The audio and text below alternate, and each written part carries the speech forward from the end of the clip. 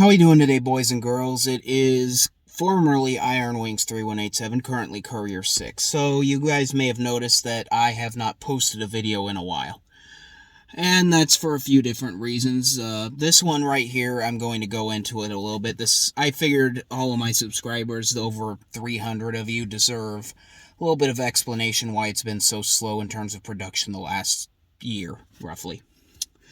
So, for those of you who don't know, the Iron Wings 3187 name originally came from my time in the Army, my unit name, and the fact that I had air assault wings, Iron Wings, and then my brigade and battalion. So, 3rd Brigade, 187th Infantry Battalion. So, anyway, the reason why I chose that name was kind of to honor it. And it was just kind of unique. But as time's gone on, it's kind of become a kludge to say at the beginning of every video. It's just kind of a pain, so I decided I wanted to try and revamp my content. Additionally, the Iron Wings 3187 content I was producing was kind of subpar at best. You know, the early videos I did were out of focus, shot in an old beater tripod that was about that big, that I had scavenged from a friend's house after they moved out. He said you could go through, just send me my photo albums, all this other crap, and you can go ahead and keep it.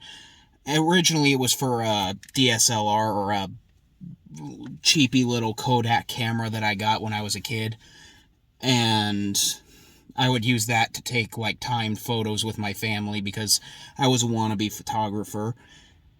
Eventually, I found a decent deal on a tripod from Amazon that was like $15, so that's why I upgraded and I was able to start getting better videos with better angles, not as awkward. Plus, I kind of stopped being afraid to show my face due to my work. So, because of that, the Iron Wings content was never stuff I was really that proud or happy of.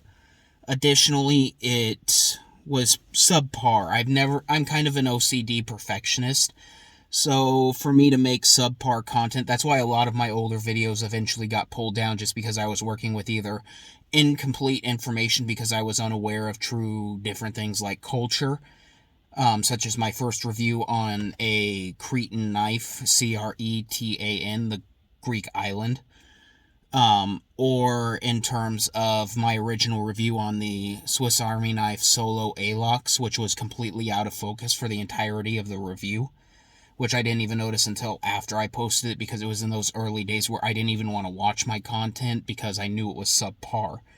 I just needed to get producing. That's kind of the thing, is I was in that early stage where if I didn't produce, I knew I wasn't going to produce.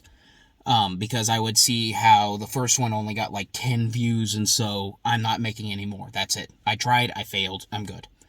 So, that's not why I've stopped producing recently, so don't get that in mind. I've been trying to basically make my content better.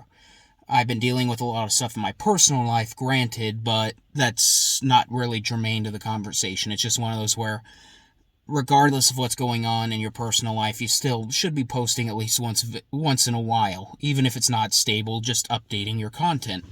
And I think the last video I posted was about 3 months ago. It wasn't content in terms of long-term watchable or themed content, but it was just an update on what's going on with the channel, the name, everything else. So, that's kind of what happened with Iron Wings, is it was just associated with me with being a mouthful, being awkward to say, and being associated with subpar content.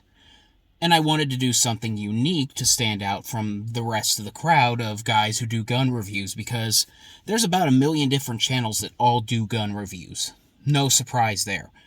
Guns are one of the most popular subjects in the United States. A lot of people still seem to think that they're very niche when they're not. So, yeah, that's kind of why I changed to the Courier-Six character and the name. So for you, there's I've had two great real hobbies in my life, passions, I guess you could say, outside of the professional arena.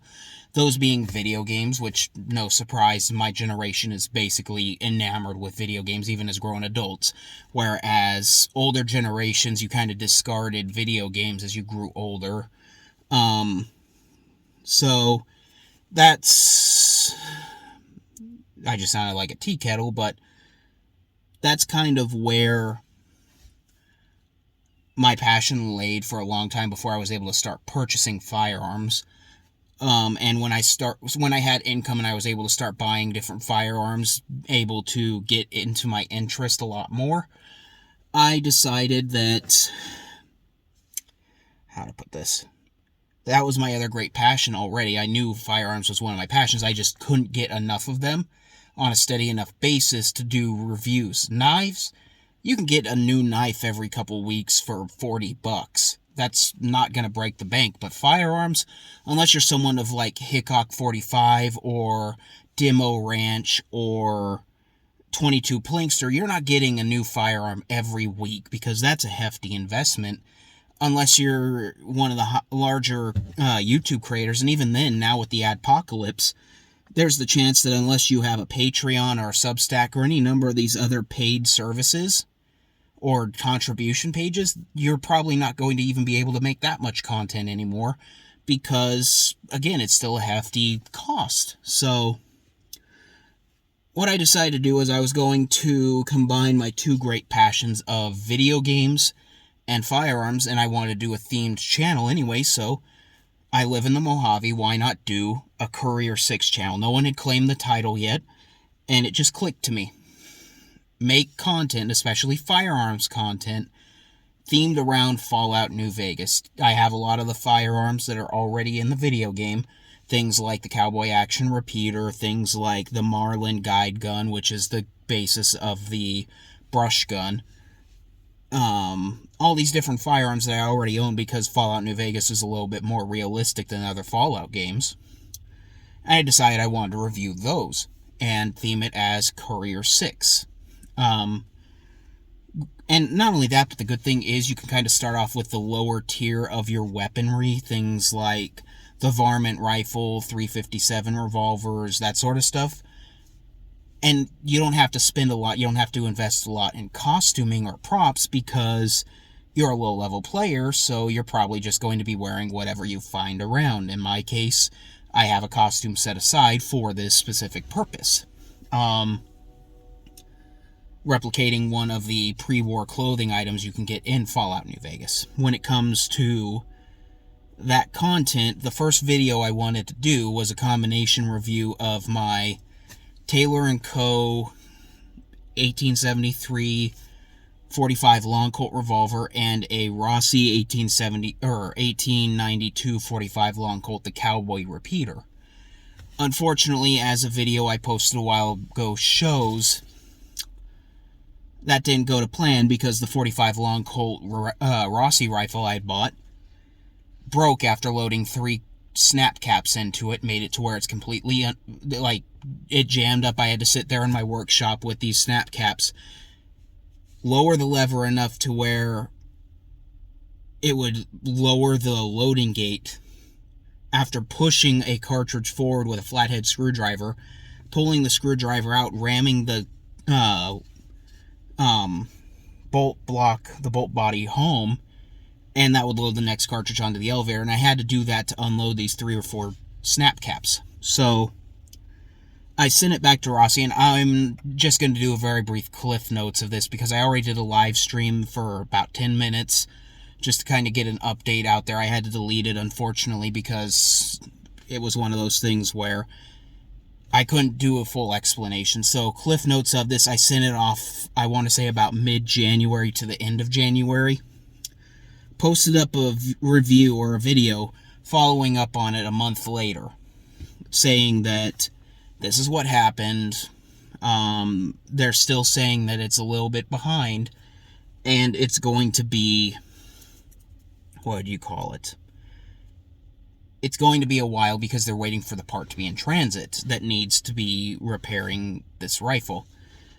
And I understand it's coming from Brazil, so if you need another week or two, I completely get it. So I'm patient. I don't hear anything back from Rossi, and I completely forgot about it. Until this month, when I go into my safe, pull out the 357 Trapper carbine I had, and I'm wondering where the heck my 45 is, because I could have swore I bought a 45 Colt. And then I remember I sent it off for warranty services, so I email Rossi and ask, where's my rifle? It's been 4 months. And I get the usual generic response of, it's still waiting on parts, we'll let you know when it's ready to be shipped. And no surprise there, I kind of got into a furious, righteous anger. I called up Rossi today on my morning break at work. I was out just getting my coffee and called them up. Was on hold for about 15 minutes. Talked to a customer support worker. I can't remember her name for the life of me, and I wouldn't say it here anyway because I'm not going to put someone on blast like that. That's not kosher to me. So I talked to her. She states that so far as she can see on record, they're still waiting for my part to come in. And I tell her, yeah, that dog don't hunt, okay? That is not an acceptable answer, because it is a part that big, and it's a strip of metal with a spring. I can understand it taking a month to get here, even 6 weeks because of customs. But in almost 4 months, I could have walked to Rio de Janeiro, bought the part from their factory, and walked back and installed it myself. This is an 1843. They are not sending it by steamboat. It isn't coming by sail. It is coming by a diesel freighter. And yet, it's taken you 4 months to get this part that's that big, when I managed to get it in 3 days via eBay. Only reason I didn't ask... So, I'm getting a little off topic there, but... So, I tell her this, and she tells me that I have 3 options at this point after putting me on hold for about another 5 minutes speaking with her supervisor. Option 1 is going to be keep waiting. Eventually the part will come in and they'll send me my rifle back. Option 2, they send me my rifle back still in a broken condition, reneging on their warranty, opening themselves up to a big fat lawsuit. 3, send me a new rifle, and if they send me a new rifle, I have to do a whole new background check, do a waiting period, everything else. Because it's a new firearm at that point. It's not, they can't do the same serial number, they can't do any of that. It has to go through an FFL, and that's if they have it in stock. Now, this is the other thing that kind of irked me, if I can go back a bit, is that their customer service rep told me it was going to be 30 days for this job to get done.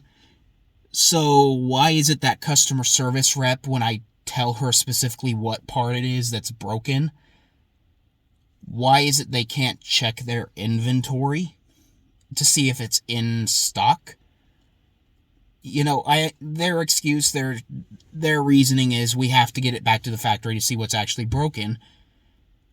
But again, that dog doesn't hunt, because I told her specifically what part it is that was broken, because I know and I do my research. That's the thing about a lot of gun owners, if they are more than just your entry level or, you know, the beginner gun owner, something like that. Typically, we kind of know what we're doing and we do our research. So that's one of the things that irked me, is you didn't even check the inventory to see if your part's in stock, and if you had done that, you could have ordered it right then and there instead of waiting for me to call at 30 days and tell me, yeah, we put your part on order like a week ago. So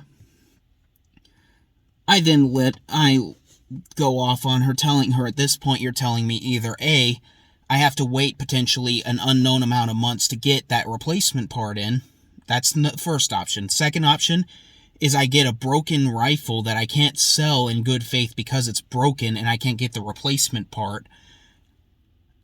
you renege on your warranty services and you open yourselves up to a big fat lawsuit because the only thing that you can still sue firearms companies for is defective products that put you in danger as a consumer.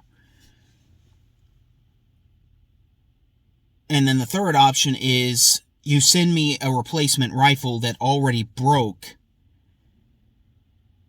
and I have to pay an additional $50 plus waiting period to get a gun I should already have in my possession because you guys said it was going to be a 30-day.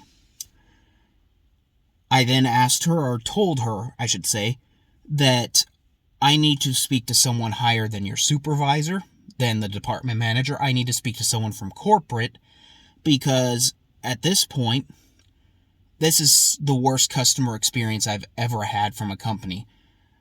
And that's saying something.